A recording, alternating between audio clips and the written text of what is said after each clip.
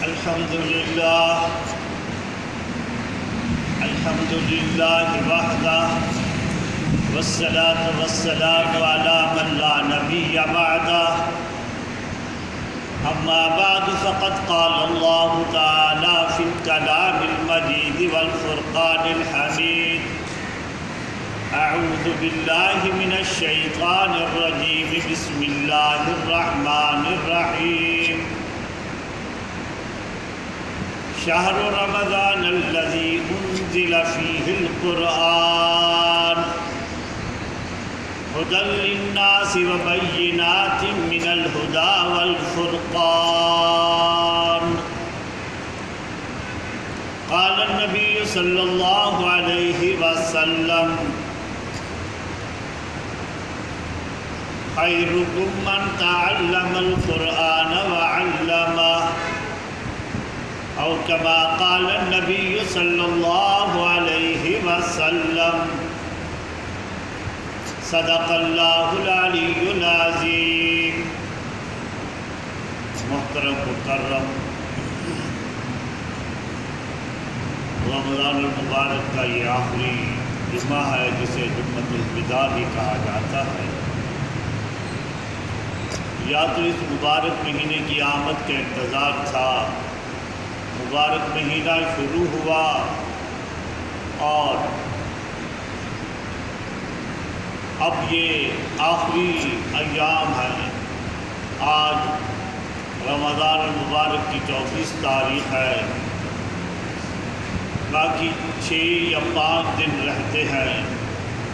خوش نصیب ہے وہ انسان جو اس مبارک مہینے میں اپنے رب کو راضی کر لیا، اپنے رب کو منا لیا اور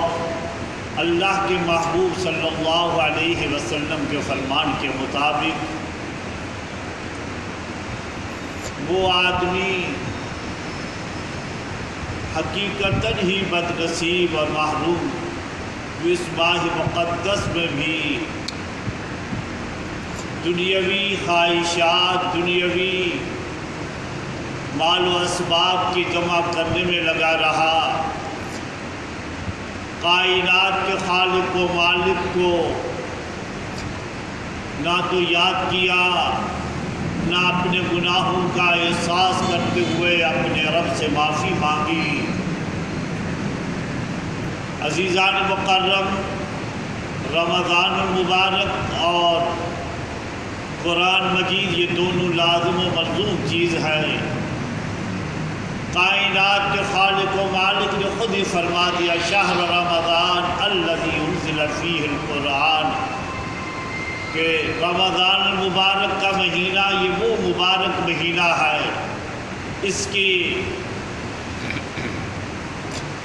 مبارک میں، اس کی فضیلت میں، اس کی شان میں اضافہ یہ بھی ہوتا ہے کہ انزل فیہ القرآن، کہ قرآن مجید اسی ماہ مقدس میں نازل ہوا.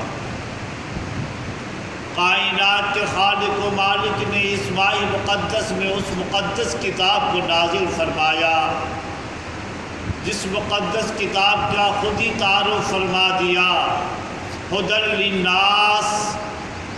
یہ مبارک کتاب قرآن مجید کی کتاب کائنات کے تمام انسانوں کے لیے، یہ نہیں کہ صرف عرب والوں کے لیے یا مسلمانوں کے لیے. یہاں فرمایا للناس، تمام کائنات کے لوگوں کے لیے راستہ دکھانے والی،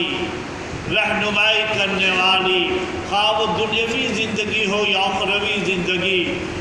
یہ وہ مقدس کتاب ہے جس کے اپنانے سے کائنات کے خالق و مالک نہ صرف راضی اور خوش ہوتے ہیں بلکہ کامیابی و کامرانی اس کا مقدر بنا دیتے ہیں. یہ وہ مقدس کتاب ہے جس کے بارے میں اللہ کے محبوب صلی اللہ علیہ وسلم نے یوں ارشاد فرمایا ان اللہ یرفع بہذا قوما، کہ یہ وہ مقدس کتاب ہے، یہ وہ بابرکت کتاب ہے، یہ وہ شان والی کتاب ہے کہ جو آدمی اس کو اپناتا ہے، اس پہ عمل کرتا ہے، کائنات کے خالق و مالک اس کے شان کو، اس کے کو بلند فرماتے ہیں۔ عزیزان مکرم، بحیثیت مسلمان میرا اور آپ کا اعتقاد و یقین یہ ہونا چاہیے، اگر یہ نہیں ہے تو ہم مسلمان نہیں ہو سکتے، کہ اللہ رب العزت نے جو کچھ فرمایا اور اس کے محبوب صلی اللہ علیہ وسلم نے جو کچھ فرمایا ان کی زبان مبارک سے، جو ایک ایک جملہ نہیں، کلمہ نہیں، لفظ نہیں، بلکہ ایک ایک حرف سچا ہے، اس کے اندر کوئی تغیر و تبدل نہیں ہو سکتا۔ کائنات کے نظام میں تبدیلی آ سکتی ہے، چاند و سورج کے گردش کی نظام میں تبدیلی آ سکتی ہے، شجر و حجر اپنی جگہ سے تبدیل ہو سکتے ہیں، میری اور آپ کی آنکھ کسی ظاہری اشیاء کو دیکھنے میں غلطی کر سکتی ہے، لیکن جہاں کائنات کے خالق و مالک کا فرمان آتا ہے، اس کے محبوب صلی اللہ علیہ وسلم کا ارشاد مبارک آتا ہے، تو اس کے اندر کوئی تغیر و تبدل نہیں ہو سکتا۔ تو اللہ کے محبوب صلی اللہ علیہ وسلم نے جو فرمایا ان اللہ یرفع بہذا قوما، آپ تاریخ کو دیکھیے، بالخصوص اصحاب کرام رضوان اللہ علیہم اجمعین کے اس دور مسعود کو دیکھیے، اصحاب کرام رضوان اللہ علیہم اجمعین کی اسلام لانے سے پہلے، قرآن مجید کو اپنانے سے پہلے، قرآن مجید پہ عمل کرنے سے پہلے ان کی زندگی کو آپ دیکھ لیں کہ جب انہوں نے قرآن مجید کو اپنایا، سینے سے لگایا، میری طرح نہیں کہ ہم نے چوما اپنے سینے سے بھی لگایا، آنکھوں کو بھی رکھا، سب کچھ کیا، لیکن عملی زندگی ہم اپنی مرضی کے مطابق کی نہیں۔ اصحاب کرام نے اپنی زندگی بھی جو کچھ اللہ رب العزت نے فرمایا اور جس کی تشریح امام کائنات صلی اللہ علیہ وسلم نے جیسے فرمائی ویسے عمل کیا، تو کائنات کے خالق و مالک نے ان کے مقام کو، مرتبے کو بلند فرمایا۔ یا تو وہ لوگ جنگلوں میں بکریاں چرایا کرتے تھے، جیسا کہ سیدنا حضرت فاروق رضی اللہ تعالیٰ عنہ اپنے دور خلافت میں جب وہ امیر المومنین بن گئے تو ایک مرتبہ اپنے آپ کو مخاطب کر کے فرما رہے تھے، اے عمر، تمہیں وہ وقت یاد نہیں جب تم جنگلوں میں بکریاں چرایا کرتے تھے، درخت گنجان درختوں میں جب گزرتے تھے تو تمہارے کپڑے ان درختوں میں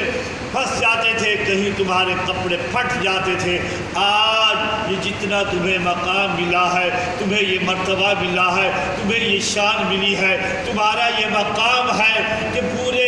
علاقے عرب کے نہیں بلکہ عجم کے علاقے کے بھی تم حاکم و حکمران بنے ہوئے ہو، یہ صرف اور صرف اسلام اور امام کائنات صلی اللہ علیہ وسلم کی اتباع کا، اطاعت کا، فرما برداری کا یہ تمہیں ثمرہ ملا ہے، یہ تمہیں پھل ملا ہے۔ تو اللہ کے محبوب صلی اللہ علیہ وسلم نے فرمایا ان اللہ یرفع بہذا قوما، کہ کائنات کے خالق و مالک لوگوں کو اسی قرآن مجید کے ذریعے بلند فرماتے ہیں۔ عزیزان مکرم، آپ دنیاوی مثال سے اندازہ کر لیں کہ آپ دیکھتے نہیں قرآن مجید کے باہر سے جو گدا لگایا جاتا ہے، جب چومنے والا، ادب و احترام کرنے والا، اپنے سینے سے لگانے والا، اپنے آنکھوں میں رکھنے والا، تو اسی گتے کو وہ چومتا ہے، اسی گتے کو جو باہر لگا ہوا اس کو بھی اپنے سینے سے لگاتا ہے، اور تو اور پھر وہی کپڑا جو قرآن مجید کے اوپر رکھا جاتا ہے بطور غلاف، جب ادب و احترام کرنے والا قرآن مجید کا، تو اسی قرآن مجید کے اوپر جو کپڑا ہے، عام سا کپڑا ہے، بظاہر قیمتی نہیں، ظاہر زیادہ اچھا نہیں، لیکن جب قرآن مجید کے ساتھ وہ کپڑا لگ گیا، اس کا تعلق ہو گیا، وہ کپڑا تمام کپڑوں سے معزز بن گیا، شان والا بن گیا، چومنے والا اس کپڑے کو چوم رہا ہے، اس کا ادب و احترام کر رہا ہے۔ تو کیا خیال ہے کہ جس انسان کا تعلق اس مقدس کتاب کے ساتھ ہو جائے گا، جو اپنا تعلق، اپنا رشتہ اس مقدس کتاب کے ساتھ جوڑ دے گا، تو کائنات کے خالق و مالک اس کو بھی مقدس بنائیں گے۔ لیکن شومیہ قسمت آج میرے اور آپ کے نزدیک دنیاوی مال و اسباب ہے، دنیاوی اشیاء ہمارے لیے قیمتی ہے، اور ہمیں اخروی اور دینی معاملات کے وقت کا احساس نہیں۔ عزیزان مکرم، آج میں اور آپ یہ کوشش کرتے ہیں اپنی اولاد کو ہم دنیاوی تعلیم دیں، کوشش کی جاتی ہے کہ اپنے بیٹے کو ڈاکٹر بنا لیں، اپنے ڈاکٹر کو انجینئر بنا لیں، اپنے بیٹے کو اعلیٰ تعلیم دے کر ہم اسے کسی بڑے عہدے سے پہنچا دیں، وہ کوئی افسر بن جائے۔ لیکن عزیزان مقرر ایک بات ذہن نشین کر لیں، اور دنیا میں ہم دیکھتے بھی رہتے ہیں، تجربہ بھی ہے، مشاہدہ بھی یہی ہے، وہی ڈاکٹر جس کے لیے آپ نے حلال و حرام میں تمیز کیے، پیسہ اکٹھا کر کے اسے ڈاکٹر بنایا، جب وہ ڈاکٹر بن گیا تو بسا اوقات ایسا ہوتا ہے کہ وہ تم سے بھی دور چلا جاتا ہے، تم سے اپنا تعلق ختم کر لیتا ہے۔ اسی طرح کسی کو انجینئر بنا لیا تو بسا اوقات یوں ہوتا ہے اپنے غریب والدین کو، پھٹے پرانے کپڑے والے والدین کو پہچاننے سے بھی انکار کرتے ہیں،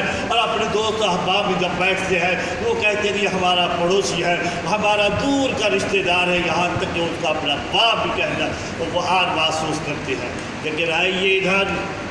قرآن مجید پڑھنے والا، اس پہ عمل کرنے والا، یہ میں اپنی طرف سے عرض نہیں کر رہا، اللہ کے محبوب صلی اللہ علیہ وسلم کا فرمان مبارک ہے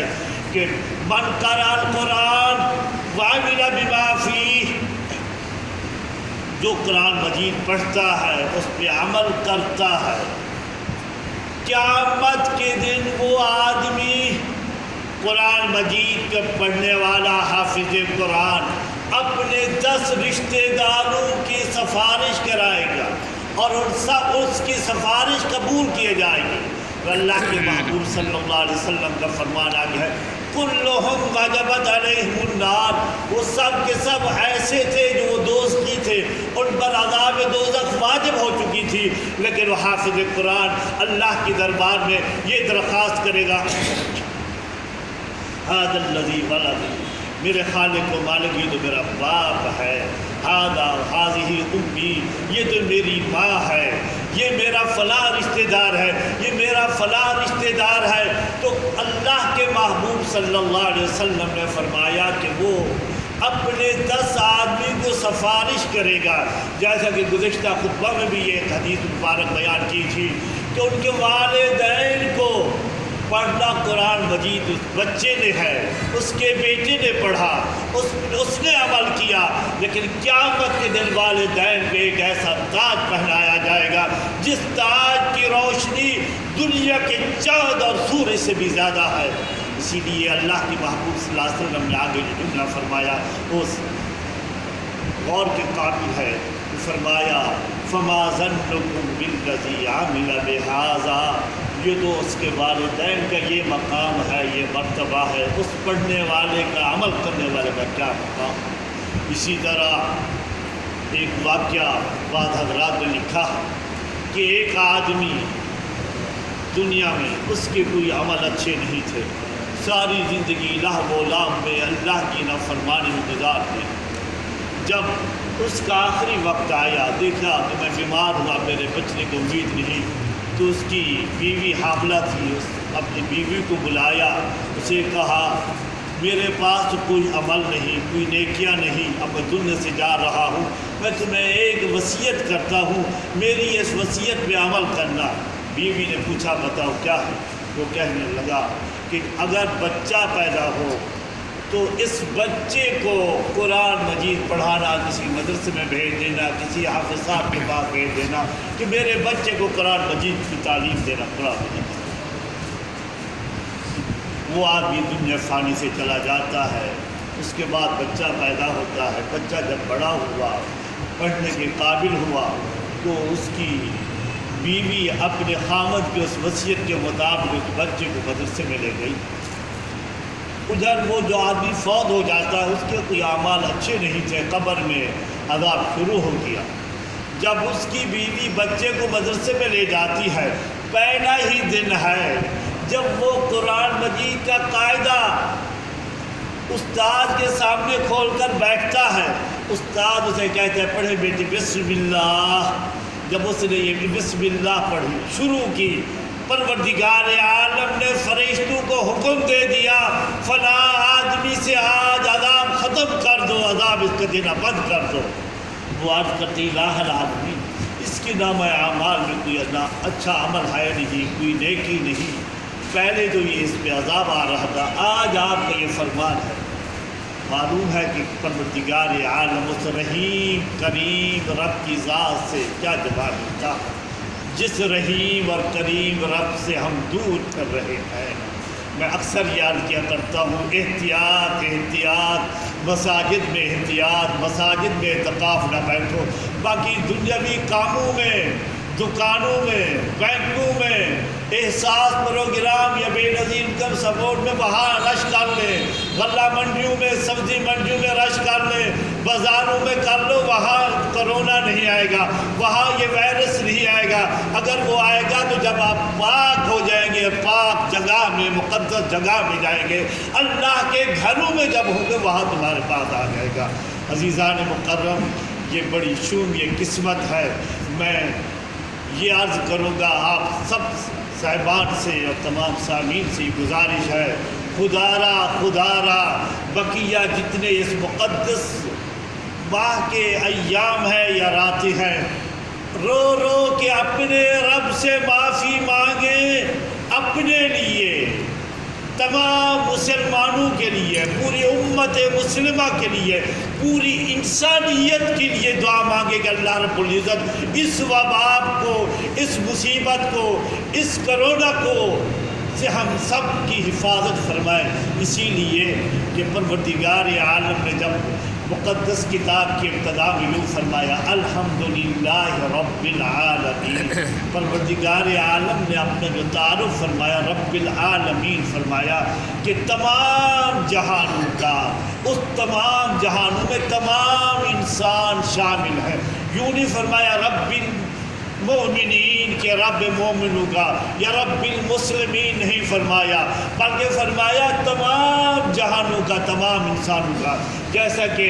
قرآن مجید کی آخری آیت سورت میں فرمایا قل اعوذ برب الناس، وہاں بھی پروردگار عالم نے رب الناس فرمایا، رب المسلمین، رب المؤمنین نہیں فرمایا، تو معلوم ہوا وہ سب کا رب ہے اور سب کی وہ سنتا ہے، سب کی مصیبت کو، سب کی تکلیف کو دور کرنے والی ذات نہیں، صرف ایک اللہ کی ہے۔ اسی لیے فرمایا رب الناس۔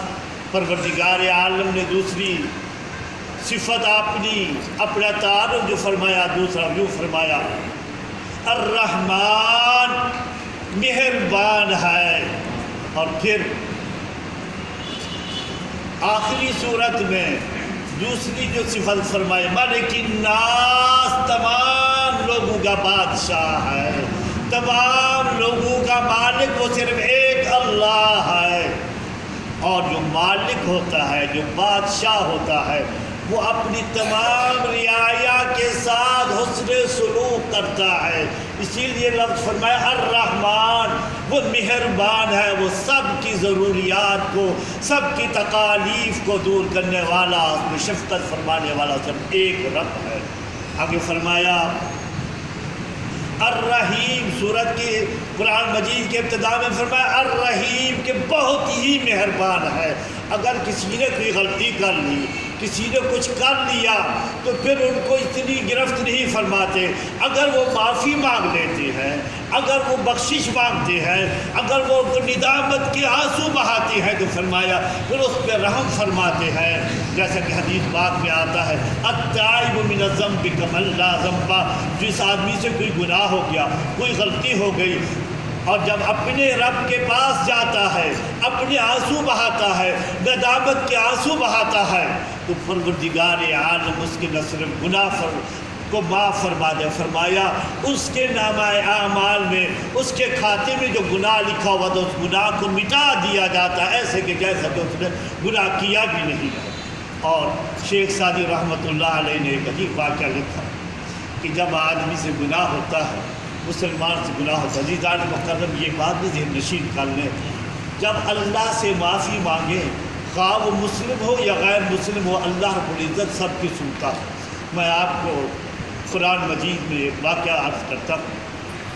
کہ جب اللہ کے محبوب صلی اللہ علیہ وسلم کو نبوت و رسالت سے نوازا گیا مکہ مکرمہ میں، تو قرآن مجید کا نزول بھی شروع ہو گیا، قرآن مجید نازل ہو رہا تھا۔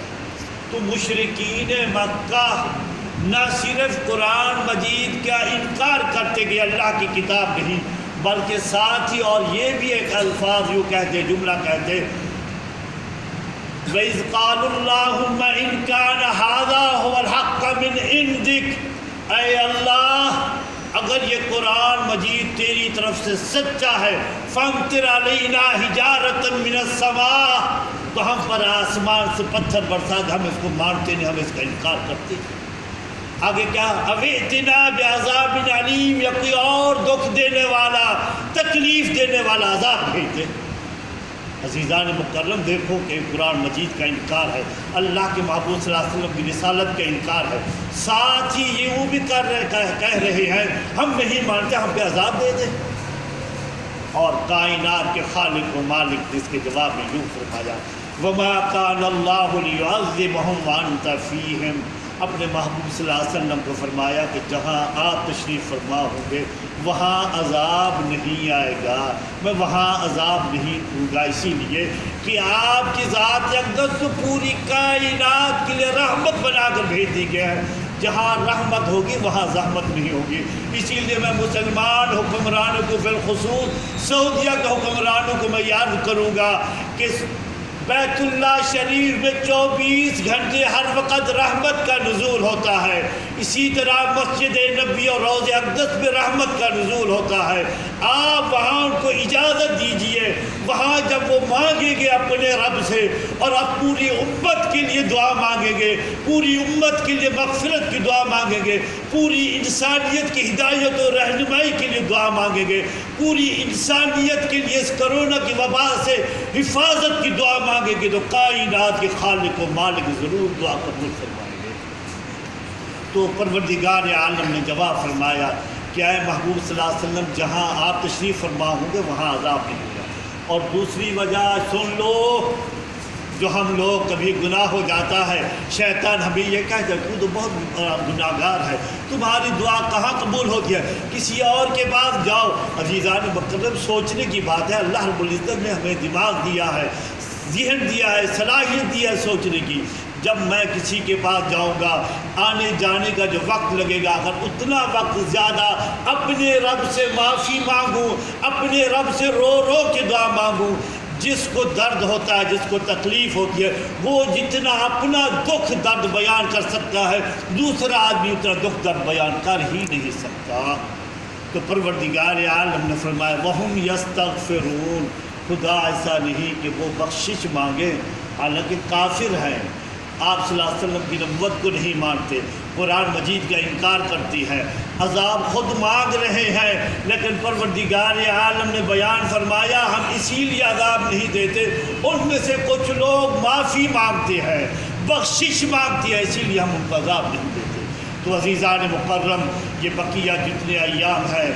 موقع جانیے، زندگی کا کوئی پتہ نہیں، اپنے رب کو راضی منانے کی کوشش کریں، پوری امت کے لیے، اپنے لیے، پوری انسانیت کے لیے اپنے رب سے مانگے، وہی دینے والی ذات ہے، اس کے علاوہ کوئی اور کائنات میں نہیں ہے۔ آپ دیکھتے نہیں، گزشتہ خطبہ بھی یاد کیا تھا، دوبارہ بھی یاد کر رہا ہوں کہ غیر مسلم جو اپنے اللہ کو مانتے نہیں، رب العالمین کے انکار کرنے والے تھے، آج بھی ان کی زبان سے اللہ اللہ اور لوگوں کو اور خاص کر مسلمانوں کو یوں کہا جا رہا ہے، مسلمانوں اپنے لیے اور ہمارے لیے بھی دعا مانگو۔ ادھر ہم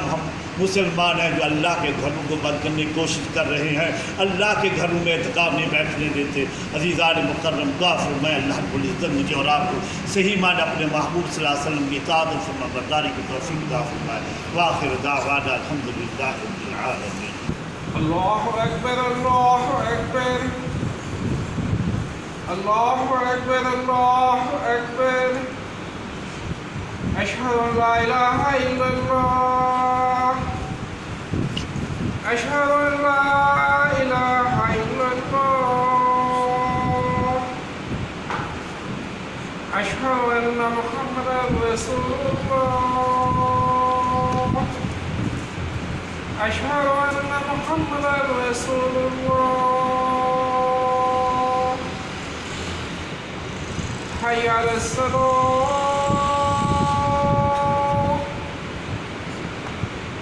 حي على الصلاة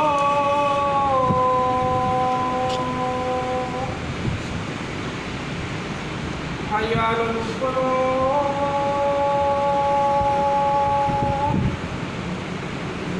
حي على الفلاح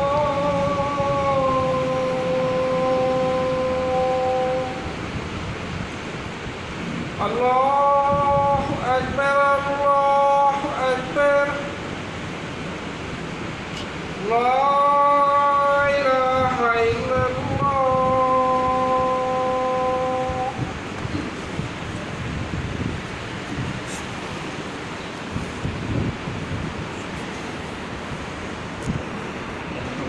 الحمد لله على ذات الصفات كل الشان جميل القدر في ذكر الله الحمد جميل القرآن فخيم الاسم وسيم كثير الغفران جميل الثناء جزيل العطاء مجيد الداء يقيم الإحسان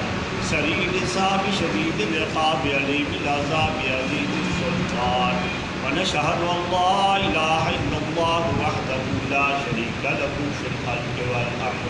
ونشهد أن سيدنا ومولانا محمدا عبده ورسوله المبعوث إلى الأسود والأحمر المنوط بشرح الصدر ورافع الذكر وصلى الله تعالى على خير خلقه محمد وعلى آله وأصحابه أجمعين الذين هم خلاصة العرب الأربعة وخير الخلائق بعد الأنبياء أما بعد فيا أيها الناس وحدوا الله فإن التوحيد رأس الطاعة واتقوا الله فإن التقوى لله الحسنة وعليكم بالسنة فإن السنة تهدي إلى الطاعة ومن أطاع الله ورسوله فقد رشد واهتدى وإياكم والبدع فإن البدعة تهدي إلى المعصية ومن يعص الله ورسوله فقد ضل وغوى وإياكم بالصدق فإن الصدق ينجي والكذب يهلك وعليكم بالإحسان فإن الله يحب المحسنين ولا تقنطوا من رحمة الله فإنه أرحم الراحمين ولا تحبوا الدنيا فتكونوا من الخاسرين ألا وإن نفسا لن تموت حتى تستكمل رزقها فاتقوا الله وأجملوا في الطلب وتوكلوا عليه إن الله يحب المتوكلين أعوذ بالله من الشيطان الرجيم قال ربكم ادعوني أستجب لكم إن الذين يستكبرون عن عبادتي سيدخلون جهنم داخرين بارك الله لي ولنا ولكم في القرآن العظيم ونفعنا بالآيات وذكر الحكيم إنه تعالى جواد كريم قديم ملك البر رب الرؤوف الرحيم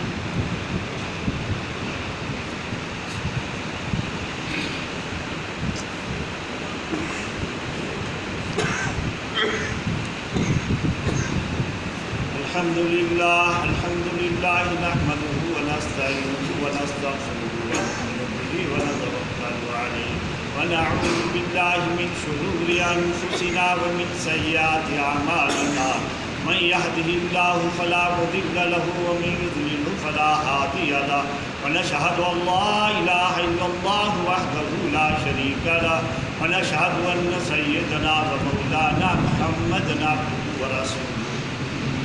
أما بعد فقد قال الله تعالى في الكلام المجيد والفرقان الحميد أعوذ بالله من الشيطان الرجيم بسم الله الرحمن الرحيم إن الله وملائكته يصلون على النبي يا أيها الذين آمنوا صلوا عليه وسلموا تسليما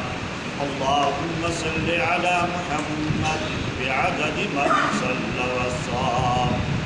اللهم صل على محمد بعدد من قاد وقام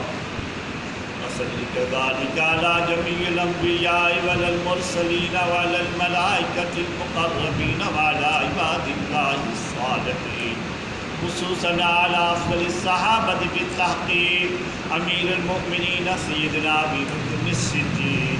رضي الله تعالى عنه وعلى الناطق بالصواب أمير المؤمنين سيدنا عمرو بن الخطاب رضي الله تعالى عنه وعلى جابر القرآن أمير المؤمنين سيدنا عثمان بن عفان